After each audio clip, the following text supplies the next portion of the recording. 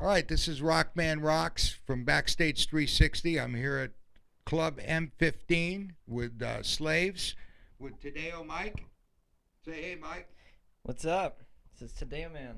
And Jeff. Yeah, Jeff Galland on drums. How's it going? We're doing good, man. Thanks for giving us the time tonight. I know it was at short notice, but we appreciate you. I guess my first question is why did you pick the Rage Against the Machine to cop? Um, Basically, all of us are fans of, are huge fans of Rage Against the Machine, and there's not a lot of Rage Against the Machine cover band or tribute bands in Los Angeles. So, and back when I was in high school, I discovered that I could actually emulate his voice. So, um, I posted an ad on Craigslist and found a guitar player, and then from there we auditioned drummers and bass players, and we found Jeff Galland. Um, so yeah, But why? The answer, the short answer is because they're the best fucking band on the planet. exactly. Yeah. That's why. We we're really passionate about their music, and every gig we have, we uh, we we get to have so much fun playing it, you know. And like you said, I've been listening to this since I was real young, and it's kind of ingrained in me. Not only their message of kind of asking questions and not believing what the media tells you, and that, and coupled with their like heavy riffs and their magical way of blending hip hop and metal, it's like it's just so much fun for us. Yeah, for sure. I mean, I'm a huge Tom Morello fan myself. Uh, Tom and I've met several times. Great player. Yeah. Mike Battio was an early influence for him. Mike was one of his guitar teachers. So I don't know if you knew that. No. And we talked at great length about that. And I'm hoping someday that Rage gets back together. Yeah, well, Yeah. us too. Until then, people can come see us, but yeah, we're waiting for them to come out with some new material and do some more shows. That would be great. Absolutely. Yeah. I saw him open for the Stones at Qualcomm Stadium when they were first breaking, and they blew me away. I didn't Nice. expect that. Well, we were just talking about bills. That's funny. Rage Against the Machine and the Rolling Stones on the same bill. That sounds pretty cool to me. It was Yeah. amazing.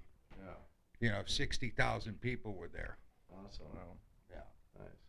yeah. So why? Yeah, because they're an amazing band. They have a great message, and they're no longer around as well. So there's a niche that needs to be filled. People still want to hear these songs. We Absolutely. get such a great response from the fans. They're like, "Thank you. I never got to see him live. I've been listening to him my whole life. I never got to catch him, and like, yeah, this was like we brought the live energy, and that's what people want, and that's what we love to do it." Now, you guys going to be covering most of their catalog tonight, or? Yep. Yeah, for sure. All the major hits, and then a Mostly lot of the hits. B sides that we've been doing this for 5 years now, so we've kind of figured out which B sides work best with the crowds and stuff. And we try to tailor our set list towards what people want to hear as opposed to what we like to play. Right, absolutely. Yeah. Now, prior to you starting this, were you guys in other bands? Yeah. Well, for now, I'm only in two bands. This and an original project, which is like a fusion of rock and electronic music. It's kind of like Dead Mouse or Skrillex meets Rage Against the Machine. Yeah, his original project's pretty cool. It's called Tadeo Man. Tadeo Man. And yeah, he's made this cool mix of EDM and Rage Against the Machine, kind of heavy riffs, and definitely original and refreshing. And you could tell that Rage has been an influence on all of us. And so Right. he's got his original project going. I've got a band that I play in called Franklin Manor. It's an original band. Um, same thing with our other guys. We all play in several bands. We're all musicians full time and doing doing this because what we love. Yeah, and I mean, almost today, with the business being the way that it is, you almost have to do multiple projects. Even the main guys that we interview from time to time, they're playing in several bands as well because the business has The changed. necessity. Yeah. Yeah, the necessity. It's there's a smaller pile of money for all the musicians out there, a much smaller pile than there used to be, and everybody's trying to get their share. And we're all doing whatever we can to be as creative as possible and try and gain as much attention and as many fans as we can, you know, and so yeah, I'm working with other, and it's kind of cool in a way as well, because you get these musicians that maybe would have never come together, because if they hadn't enough money on their own, then they would have never thought to have worked with so and so. So And I guess another question I wanted to ask you guys, besides Rage, what were your other influences as musicians growing up? For me, I would say Metallica, Guns N' Roses. When it comes to pop, you can't deny Michael Jackson, man. Michael Jackson. Yeah, don't laugh. Yeah. I don't know what you're laughing about. He's a king. What about you? Metallica was certainly one of. I was talking about this with my friend last night. There's two like pinnacle albums. I'm a self-taught drummer, and it was like right around 12 years old when I heard Metallica's Black album, and the drumming and it just grabbed me, and I knew that I wanted to play the drums, and I learned how to play the drums by listening to that album, and then shortly after that, this Rage Against the Machine's first album.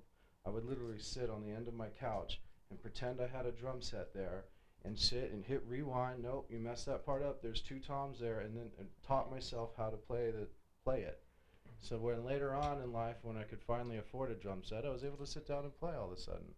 And then 20 years later, I see an ad on Craigslist for a Rage Against the Machine tribute band. And I went in, scored the audition, didn't play it at all, went in and we played 15 songs together just right off the top of my head, because 20 years ago, I sat on the end of my couch and learned all the songs, playing air drums. Go figure, right? Go figure. It's pretty cool. Now, you got any other hobbies besides music? I mean, you know. Yeah. What do you like to do? Surfing. Yeah, I love to surf. I love the ocean. And then in the wintertime, it's the snowboarding. What about you, Mike? Movies, traveling. I've been here since 2009, and I'm originally from Hong Kong, by the way. And there's still a lot of things I haven't seen in California. So I just went to we went to Arizona for the first time, and I think that was cool. Yeah, anytime we get an out-of-town gig, Mike gets this like sparkle in his eye, like, okay, what little extracurricular activity are we gonna get to check out on this trip? You know, because this is still all new to him. I was kind of born and raised out here in California, so driving through the desert's kind of boring for me, but for him, he's like, oh, cool, look at a cactus. Right, exactly. Yeah, well, they don't have any cactuses in Hong Kong. I've been to Hong Kong a few times. Yeah. Everything is kind of like in one section. Bam. Everybody's on top of each other. You know what I Yeah. mean?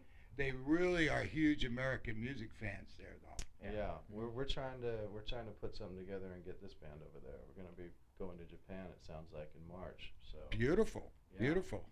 yes. Anything else coming up that we need to know about for next year? You got record drops. You got merch stuff. What's going on? Yeah, well, with my originals, we're trying to record a whole album and maybe release it early January. Well, we have another show with Slaves next week at Lido Live with Bonfire. This is a big one. Bonfire is one of our heroes in the tribute band world. They do tribute to AC/DC, and we got to do a show with them a few months back at the House of Blues, and it was just like this amazing night of high energy music the whole night, like Raging Against the Machine and then AC/DC. It was just like, so we're doing it again at Lido Live in Newport Beach next Friday. Next Friday. Yeah, and it's a big one for us. It's a beautiful theater there. They got really good lights and stuff, so we're looking forward to taking advantage of that and incorporating it in our show. Great.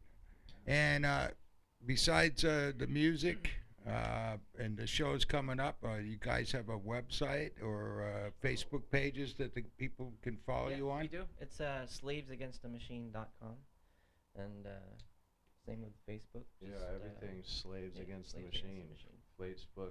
Facebook.com/Slaves Against the Machine. Just type it in and you'll find us. Yeah. Yeah. Now, you guys booking your own shows? You have agency working with you? How's Yeah, it? we have a manager. His name is Jeff Gallen. Yeah, And I'm the he- manager. yeah. I'm the promoter. I'm the go-go dancer. I'm the PA guy, the photographer. But we work with a couple agents too, but mostly it's a mix of both. It's a mix of doing stuff on our own and then working with a few agencies as well. All right. I had one more question for you guys. What kind of gear are you all using? Well, have the pleasure of using Q drums from Los Angeles when we play out. As long as I'm not using the house kit, that's what I play on. I'll use the house kit a lot of times to make things easy for transitions when we have several bands on the bill, just to make things easier and it's less stressful transitions. But otherwise, I use my Q drums. Our guitar player Masa worked really hard on his guitar, making sure it was exactly like Tom Morello's. It looks exactly like it. He's got a couple of them that are like perfect replicas, down to the exact pickups and everything like that. The same thing with all the effects. I mean, really the gear part of it comes with our guitar player Masa, because he's the Tom Morello. He's the one making all these incredible sounds. And what a great job he's done. He like locked himself in his room for I don't know how long to figure this stuff out. I really don't, but it's truly amazing. I can't really speak to all the gear that he uses. I know he uses the Marshall cabinet, the JCM 800. I think that's the same one that Tom Morello uses. Yeah, all the Tom Morello effects, and when we use the same mic that Zach uses, Yeah, right? I use an Audix OM7, which is exactly what Zach used. And to our detriment, sometimes we'll show up to a place and the sound guy's like, "Oh, but this Sennheiser sounds so much better. Why are you going to use that one?" And Mike has to be adamant, like, "Well, this is what Zach uses," and they'll get all kind of, a lot of sound engineers like their gear and everything else is not as good as their gear kind of mentality sometimes. So, but we keep it authentic, that's for sure. Anything you want your fans to know that they don't already know about you guys? I mean, I'm sexier than I sound. That's one thing. But other than that, no, we're just like he said. We're four guys, real big fans of Rage, and we go around doing this to keep their music and their message alive and have a lot of fun and meet new friends and talk to guys like you and keep the music scene alive. And part of it's just we love live music. I like feeling the music really loud, and you can listen to it in your car in traffic only so long, and you got to get out and go to a show. Absolutely. That's one of the reasons why I'm using the Audix OM7. Also, it's because it can take a lot of like loud noises in the background, and they can put it to the highest gain and not have a feedback, like, as opposed to like an SM58. In the beginning, I was using SM58, but Yeah, like Yeah. all of us. You start catching a lot of the cymbals and all that stuff. Yeah. it starts feeding back. Then you switch to 57 and it's too much. Too direct. Too direct. Yeah. I've tried all the mics too. I have a favorite when I was performing. Yeah. So I know how you feel about having that comfort zone. Right. It's just personal preference. You just the more you're using this stuff, the better it is. Anyway, let's wrap this up, guys. Looking forward to the show tonight for sure. Thanks for coming out. Oh yeah, our Thanks for pleasure. having us. Anyway, this is RocmanRocks signing off from backstage at M15.